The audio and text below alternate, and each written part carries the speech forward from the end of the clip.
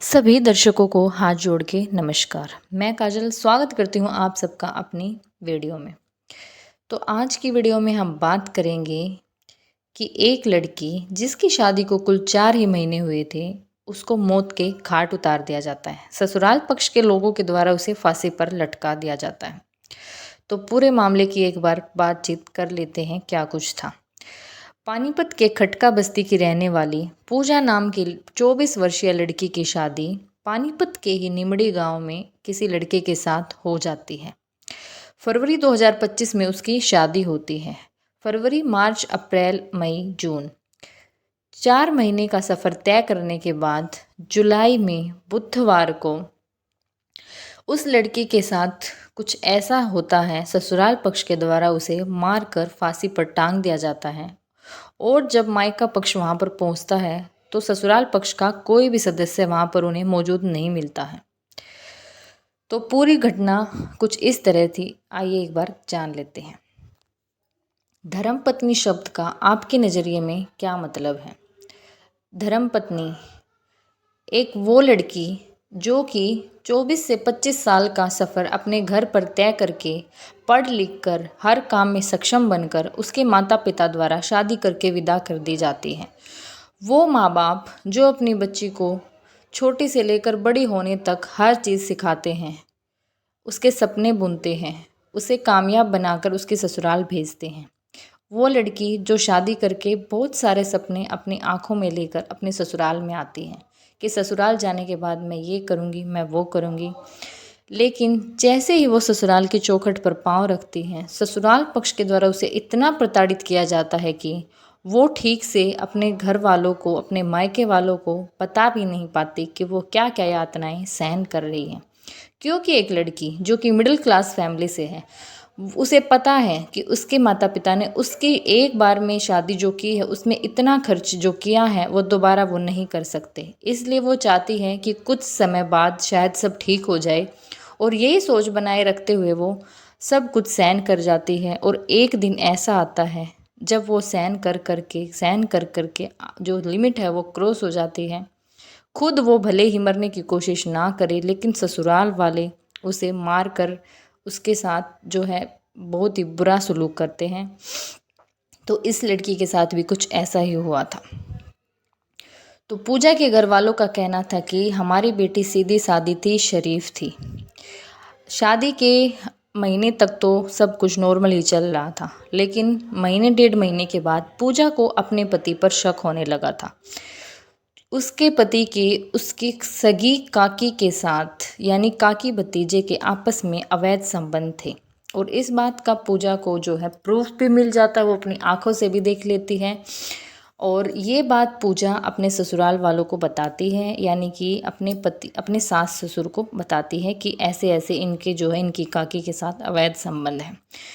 ससुराल वालों की इतनी हिम्मत नहीं थी कि वो अपने लड़के को ही रोकें, उसे समझाएं, उसकी गलती को पकड़ें।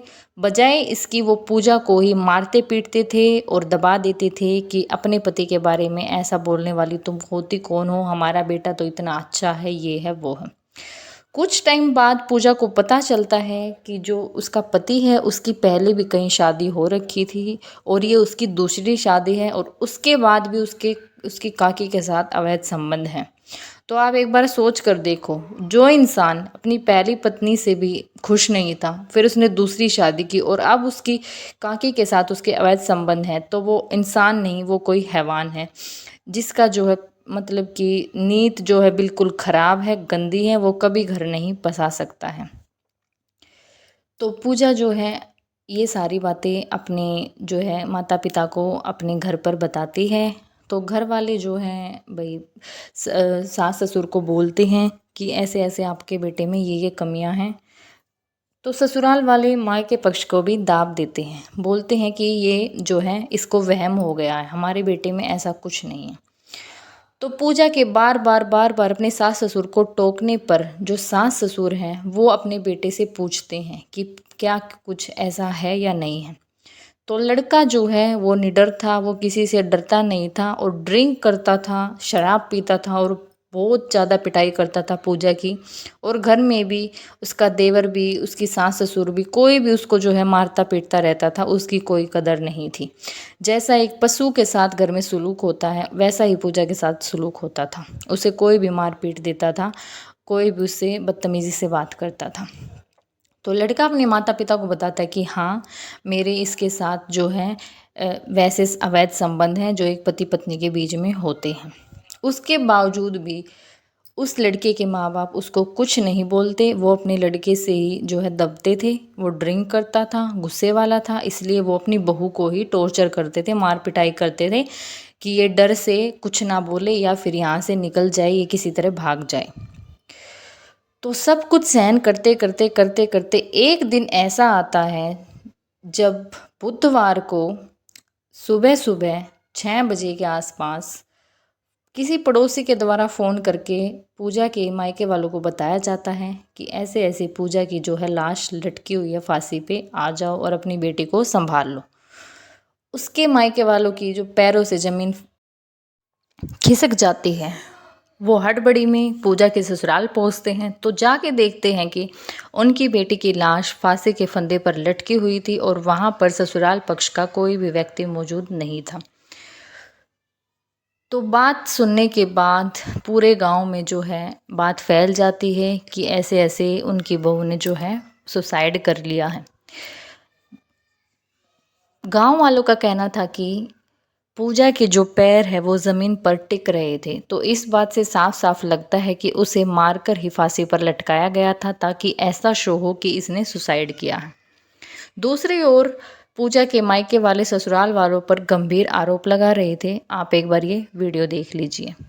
लड़की बहुत सीधी थी, मैं लड़की का जीजा लगता हूँ। मेरी शादी के बाद पैदा हुई हुआ लड़की में किसी प्रकार की कोई कमी नहीं थी। बोला लड़की डिफाल्टर नहीं थी, ना चालनी थी, सीधी लड़की थी वो, और वो मारी गई है लड़की। फांसी दी, उसे मारकर फांसी पर टांग दी।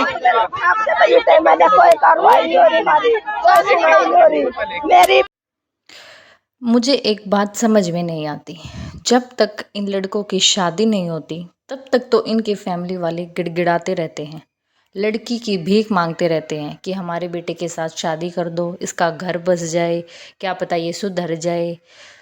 बजाय इसकी वो उस लड़की के बारे में नहीं सोचते, ना ही उसके माँ बाप के बारे में सोचते जिन्होंने उसको पैदा किया, पाल पोस कर इतना बड़ा किया। और जो लड़की बहुत सारे सपने संजोए अपनी आंखों में लिए अपने ससुराल आती है और उसे अपनी पति की सच्चाई का जब पता चलता है फिर भी वो एडजस्ट करने की कोशिश करती है। ससुराल वाले बजाय अपनी लड़की को दाबने के, उसे सुधारने के, उस लड़की के सपोर्ट करने के, उस लड़की को ही टॉर्चर करते हैं, मार पिटाई करते हैं, इतना बदतर सलूक करते हैं कि ये यहाँ से भाग जाए या फिर ये मर जाए, सुसाइड कर ले, किसी तरह इससे हमारा पीछा छूट जाए।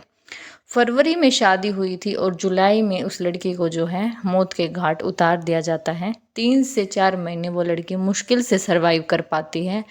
इतनी ज़्यादा टॉर्चर होने के बाद भी वो लड़की जिंदा रहने का जो है हिम्मत रखती है कि क्या पता उसका घर बस जाए, कुछ समय बाद जो है इसकी अकल ठिकाने आ जाए, मेरा हस्बैंड जो है सुधर जाए। लेकिन वो लड़की ये कभी नहीं सोच पाती कि एक ऐसा दिन भी आएगा जिस दिन तुझे मार दिया जाएगा और तुझे ऐसा शो करा जाएगा कि तूने सुसाइड किया। ये सारी घटनाएं, इन सारी घटनाओं का जो नतीजा होता है वो सब आप जानते ही हैं। जेल में इनको जो है सड़ना पड़ता है। एक एक पल जो ये अपनी बहू को यातना देते हैं वो जेल में पड़े रहकर ये महसूस कर सके, इसलिए इनको उम्र कैद की सज़ा देनी चाहिए। फांसी इनको बिल्कुल भी नहीं देनी चाहिए क्योंकि फांसी में तो तुरंत ही मृत्यु हो जाती है, लेकिन उम्र कैद की सज़ा में ये एक एक क्षण, एक एक पल, एक एक दिन ऐसे काटेंगे, महसूस करेंगे जो जो इन्होंने किसी दूसरे की लड़की के साथ व्यवहार किया।